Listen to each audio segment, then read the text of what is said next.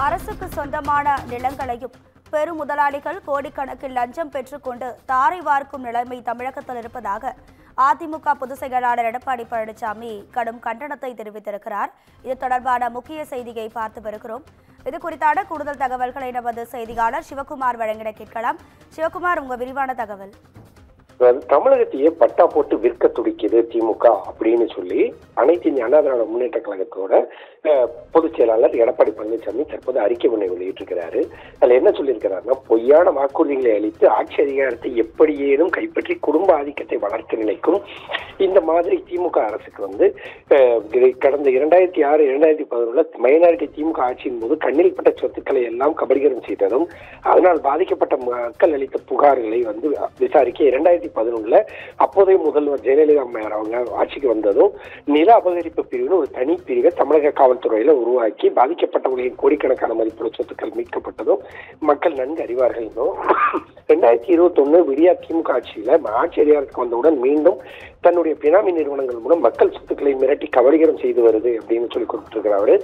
அரசுக்கு சொந்தமான நிலங்களையும் பெரும் முதலாளிகளுக்கு கோடிக்கணக்கில் கையோடு பெற்றுக்கொண்டு தாரை வார்க்க துவங்கி உள்ளதுன்னு குறிப்பிட்டிருக்கிறாரு. தமிழகம் முழுவதும் ஆயிரக்கணக்கான ஏக்கர் பரப்பு சதுப்பளவு காடுகள் இருக்குது. இதுல சென்னையில உள்ள பள்ளிக்கரணை சதுப்பு நில பருவமழை காலங்கள்ல ஏற்படக்கூடிய வெள்ளப்பெருக்கை தடுக்கும் பொருட்டு நிலமாகவும் பல்லுயிர் பெருக்கத்திற்கு இதயமாகவும் விளங்குதணும்.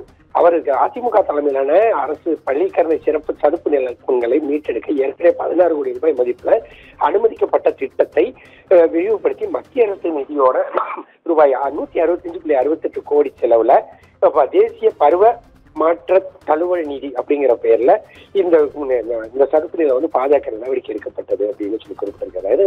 பள்ளிக்கரணை சதுப்பு நிலம் ராம்சார் ஒப்பந்தத்தின்படி பாதுகாக்கப்பட வேண்டிய பகுதியாகும்.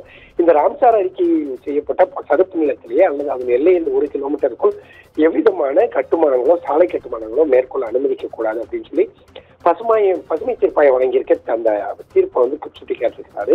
அதே மாதிரி என்னதான் நவீன செறிவூட்டப்பட்ட சதுப்பு நிலத்தில் கட்டிடங்கள் கட்டப்பட்டாலும் அக்கட்டிடத்தின் அஸ்திவாரங்கள் அலைமோதும் அமைவதும் அதன் மேல் எழுப்பப்படும் கட்டிடங்களின் உறுதித்தன்மையும் கேள்விக்குரியதே அப்படின்னு சொல்லி கேள்வி எழுப்பியிருக்கிறாரு.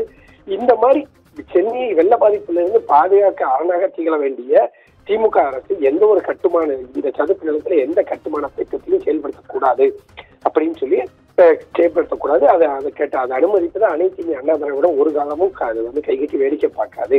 அதே மாதிரி இந்த கழக அரசு வரக்கூடிய சட்டமன்ற தேர்தலுக்கு அப்புறம் அதிமுக அரசு அமைஞ்சோட இது குறித்து விரைவான நடவடிக்கை எடுக்கப்பட்டு அனைவரும் சட்டப்படி தண்டனை அனுபவிப்பார் அப்படின்னு சொல்லி தன்னோட அறிக்கை வெளியிட்டிருக்கிறார். அதிகாரி